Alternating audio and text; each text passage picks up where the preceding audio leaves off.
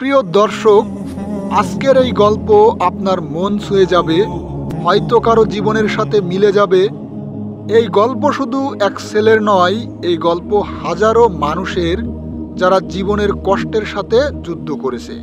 একটা ছোট্ট গ্রাম, সেখানে থাকে রুবেল নামের এক ছেলে।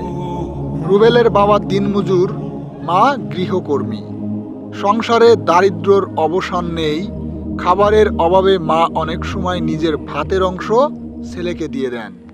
মা সবসময় ছেলেকে বলতেন, বাবা, আমি চাই তুমি একদিন মানুষ হবে, আমার স্বপ্ন তুই ডাক্তার হবি।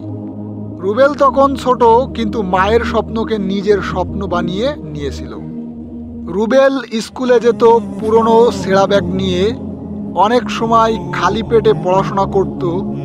বন্ধুরা যখন নতুন বই খাতা নিয়ে স্কুলে যেত, তখন রুবেল অন্যর খাতা ধার নিয়ে লিখত। অনেক সময় শিক্ষকরা টিউশনের জন্য টাকা চাইলে সে চুপচাপ বসে থাকত। রাতে পড়াশোনা করত কেরোসিন বাতির ক্ষীণ আলোয়।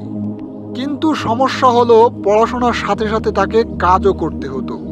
কখনো মাঠে কাজ, কখনো বা বাজারের বোঝা টানা। বোর্ড পরীক্ষার দিন এলো।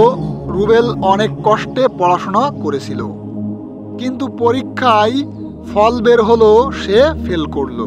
গ্রামের মানুষ হাসাহাসি করতে লাগলো, এই ছেলে মানুষ হবে, এটা দিয়ে কিছু হবে না। সবচেয়ে বেশি কষ্ট পেল তার মা। তিনি চোখের পানি মুছে শুধু বললেন, বাবা, মানুষ একদিনে হারে না, লড়াই চালিয়ে যেতে হয়। এই কথাগুলো রুবেলের হৃদয়ে আগুন জ্বালিয়ে দিল। রুবেল আবার পড়াশোনা শুরু করলো, দিনে কাজ, রাতে পড়া। কিন্তু তখনও অনেক বাধা। খাবার নেই, বই নেই, টিউশনির টাকা নেই। কিন্তু সে থামলো না। রাত জেগে পড়তো, মাঝে মাঝে মশার কামড়ে শরীর ফুলে যেত। তবুও সে বই ছেড়ে দেয়নি। এক রাতে তার মা অসুস্থ হয়ে পড়লেন। ডাক্তার দেখানোর টাকা ছিল না। রুবেল মায়ের হাত ধরে কেঁদে বলল, আম্মা, তুমি ঠিক হয়ে যাবে, আমি একদিন ডাক্তার হব, তোমার মতো মায়ের কষ্ট দূর করব। দ্বিতীয়বার রুবেল বোর্ড পরীক্ষায় বসলো। অবিশ্বাস্যভাবে ভালো ফল করলো। এবার সে কলেজে ভর্তি হলো। কিন্তু এখানেই শেষ নয়। কলেজে পড়ার সময় তাকে আরও কঠিন সংগ্রাম করতে হলো। দিনমজুরি করে পড়াশোনার খরচ চালাতো। অবশেষে বিশ্ববিদ্যালয়ে ভর্তি পরীক্ষায় সে মেডিকেলে চান্স পেল।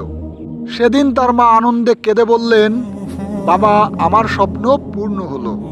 বছর কয়েক পর রুবেল যখন ডাক্তার হলো, সাদা কোট পরে মায়ের সামনে দাঁড়ালো, তখন তার মায়ের চোখে আনন্দের অশ্রু ঝরছিল।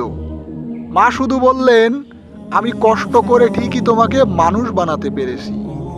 রুবেল সেই মুহূর্তে মায়ের পা ধরে বলল, আম্মা, আজ আমি যা হয়েছি সব তোমার দয়ার কারণে। বন্ধুরা, এই গল্প শুধু রুবেলের নয়, এটা প্রতিটি সন্তানের গল্প, যারা মায়ের চোখের জলকে শক্তিতে রূপান্তর করেছে। মনে রাখবেন, ব্যর্থতা মানেই শেষ নয়।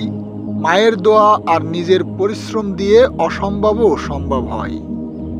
মানুষ তখনই সফল হয় যখন সে হার মানতে অস্বীকার করে।